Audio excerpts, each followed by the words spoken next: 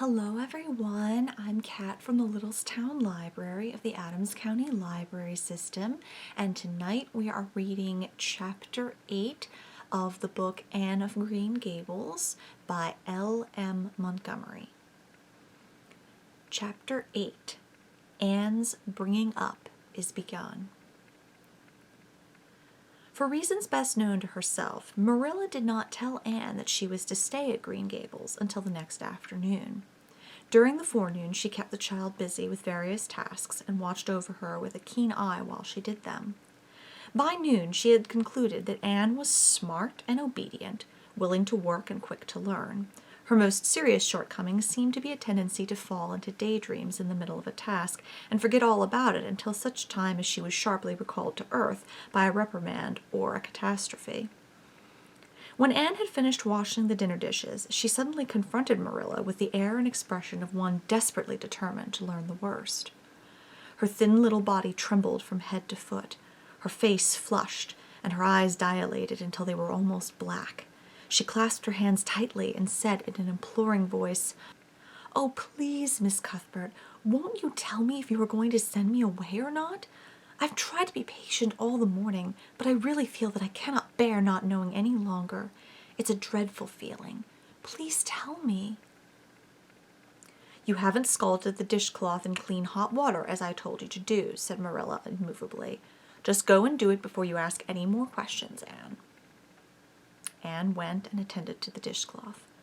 Then she returned to Marilla and fastened imploring eyes on the latter's face. "Well," said Marilla, unable to find any excuse for deferring her explanation longer, "I suppose I might as well tell you. Matthew and I have decided to keep you. That is, if you will try to be a good little girl and show yourself grateful." "Why, child, whatever is the matter?" "I'm crying," said Anne in a tone of bewilderment. "I can't think why. I'm glad as glad can be. Oh, glad doesn't seem the right word at all. I was glad about the white way and the cherry blossoms, but this, oh, it's something more than glad. I'm so happy. I'll try to be so good. It will be uphill work, I expect, for Mrs. Thomas often told me I was desperately wicked. However, I'll do my very best. But can you tell me why I'm crying?" "I suppose it's because you're all excited and worked up," said Marilla disapprovingly. "Sit down on that chair and try to calm yourself. I'm afraid you both cry and laugh far too easily. Yes, you can stay here and we will try to do right by you. You must go to school, but it's only a fortnight till vacation, so it isn't worthwhile for you to start before it opens again in September." "What am I to call you?" asked Anne. "Shall I always say Miss Cuthbert? Can I call you Aunt Marilla?" "No, you'll call me just plain Marilla. I'm not used to being called Miss Cuthbert, and it would make me nervous." "It sounds awfully disrespectful to just say Marilla," protested Anne. "I guess there'll be nothing disrespectful in it if you're careful to speak respectfully. Everybody, young and old, in Avonlea calls me Marilla, except the minister. He says Miss Cuthbert. When he thinks of it." "I'd love to call you Aunt Marilla," said Anne wistfully. "I've never had an aunt or any other relation at all, not even a grandmother.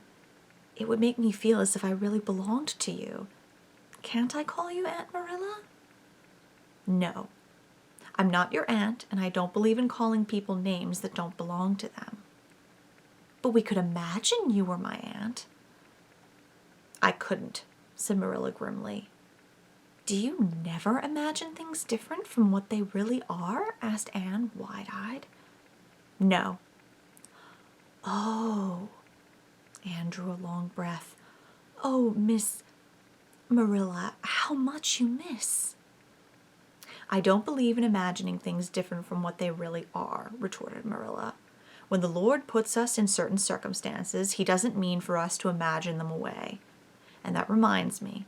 Go into the sitting room, Anne. Be sure your feet are clean and don't let any flies in. And bring me out the illustrated card that's on the mantelpiece. The Lord's Prayer is on it, and you'll devote your spare time this afternoon to learning it off by heart. There is to be no more of such praying as I heard last night." I suppose I was very awkward, said Anne apologetically. But then, you see, I've never had any practice. You couldn't really expect a person to pray very well the first time she tried, could you?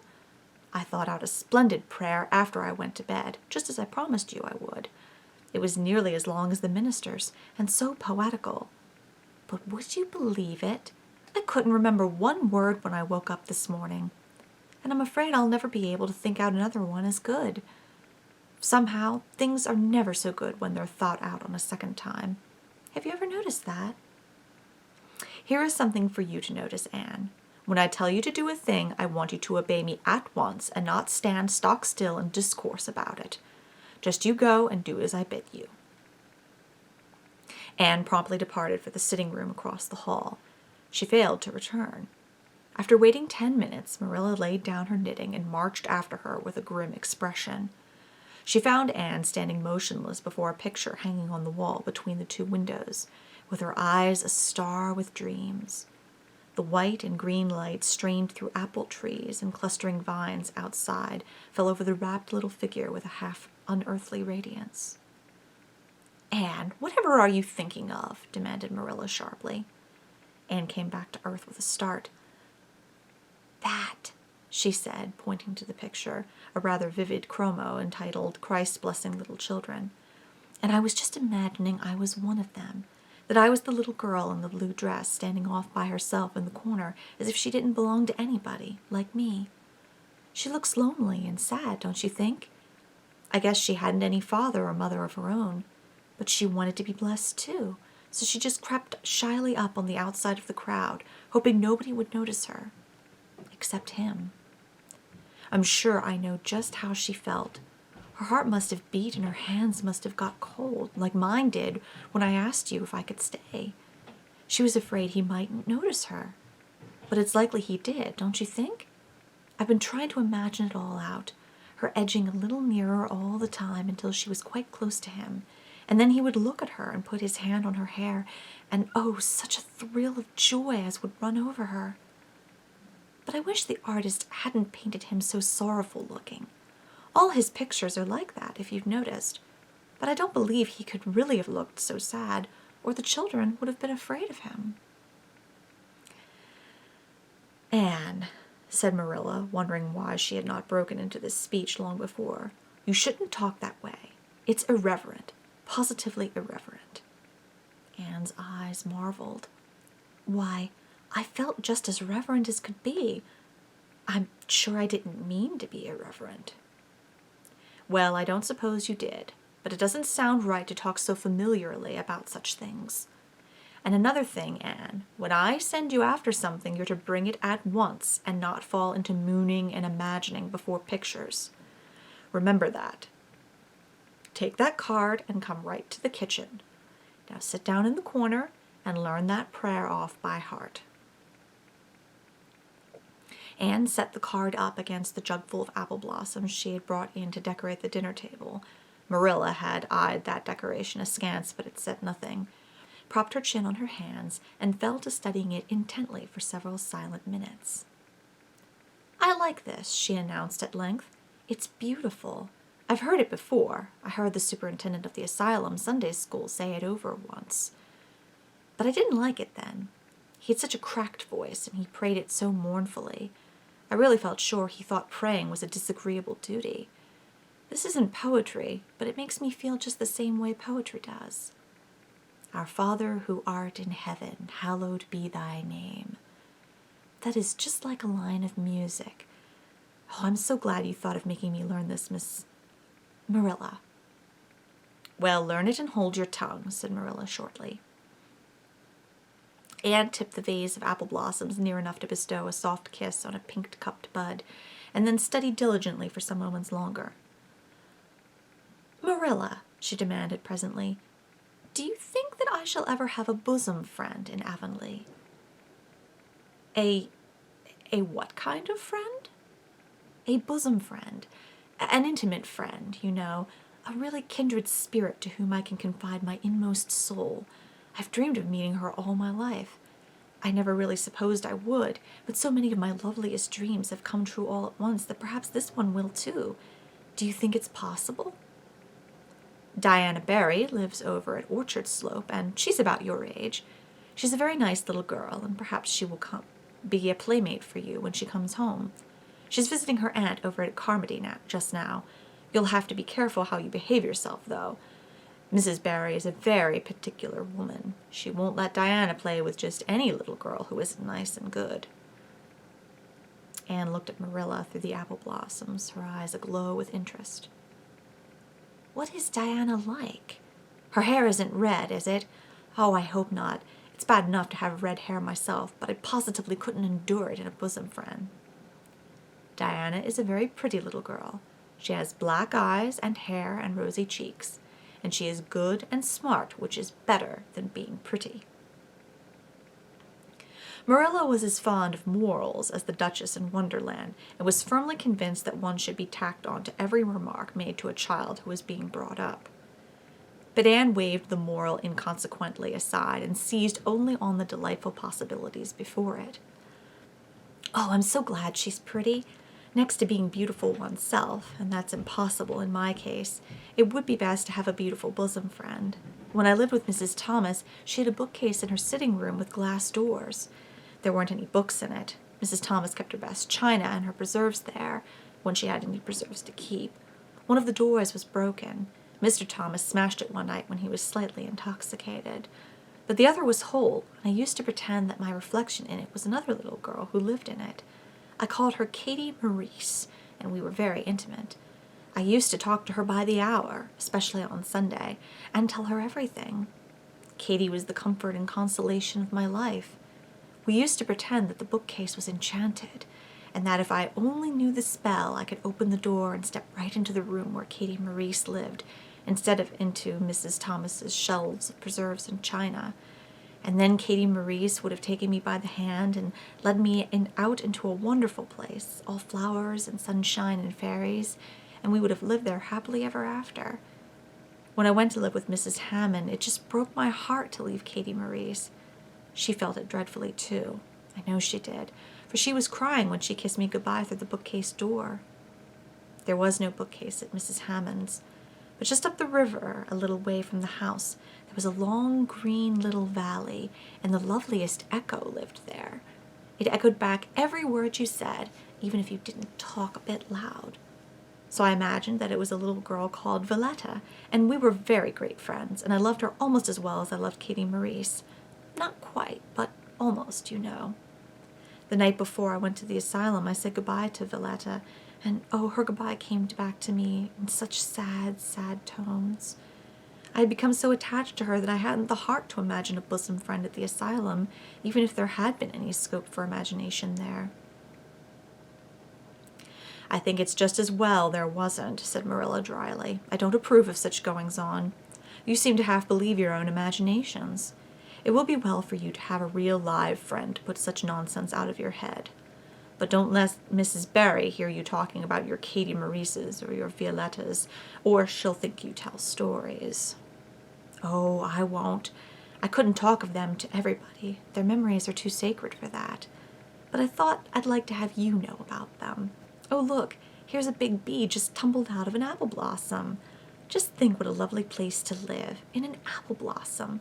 Fancy going to sleep in it when the wind was rocking it. If I wasn't a human girl, I think I'd like to be a bee and live among the flowers. Yesterday, you wanted to be a seagull, sniffed Marilla. I think you are very fickle-minded. I told you to learn that prayer and not talk, but it seems impossible for you to stop talking if you've got anybody that will listen to you. So go to your room and learn it. Oh, I know it pretty nearly all now, all but just the last line. Well, never mind, do as I tell you. Go to your room and finish learning it well, and stay there until I call you down to help me get tea. Can I take the apple blossoms with me for company? Pleaded Anne. No, you don't want your room cluttered up with flowers. You should have left them on the tree in the first place.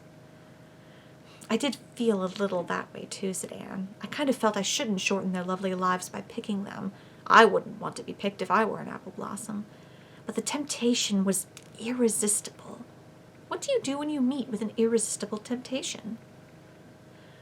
Anne, did you hear me tell you to go to your room? Anne sighed, retreated to the east gable, and sat down in a chair by the window. There. I know this prayer.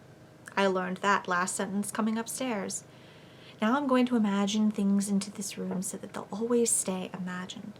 The floor is covered with a white velvet carpet with pink roses all over it, and there are pink silk curtains at the windows. The walls are hung with gold and silver brocade tapestry. The furniture is mahogany. I never saw any mahogany, but it does sound so luxurious. This is a couch, all heaped with gorgeous silken cushions, pink and blue and crimson and gold, and I am reclining gracefully on it. I can see my reflection in that splendid big mirror hanging on the wall. I am tall and regal, clad in a gown of trailing white lace, with a pearl cross on my breast and pearls in my hair. My hair is of midnight darkness, and my skin is a clear ivory pallor. My name is the Lady Cordelia Fitzgerald. No, it isn't. I can't make that seem real. She danced up to the little looking-glass and peered into it. Her pointed freckled face and solemn gray eyes peered back at her. You're only Anne of Green Gables, she said earnestly, and I see you just as you are looking now whenever I try to imagine I'm the Lady Cordelia. But it's a million times nicer to be Anne of Green Gables than Anne of Nowhere in particular, isn't it? She bent forward, kissed her reflection affectionately, and betook herself to the open window. Dear Snow Queen, good afternoon. And good afternoon, dear birches down in the hollow. And good afternoon, dear gray house up on the hill. I wonder if Diana is to be my bosom friend. I hope she will, and I shall love her very much. But I must never quite forget Katie Maurice and Violetta. They would feel so hurt if I did, and I'd hate to hurt anybody's feelings, even a little bookcase girl's or a little echo girl's. I must be careful to remember them and send them a kiss every day. Anne blew a couple of airy kisses from her fingertips past the cherry blossoms, and then, with her chin in her hands, drifted luxuriously out on a sea of daydreams. Thank you for joining us today, and we will see you next time.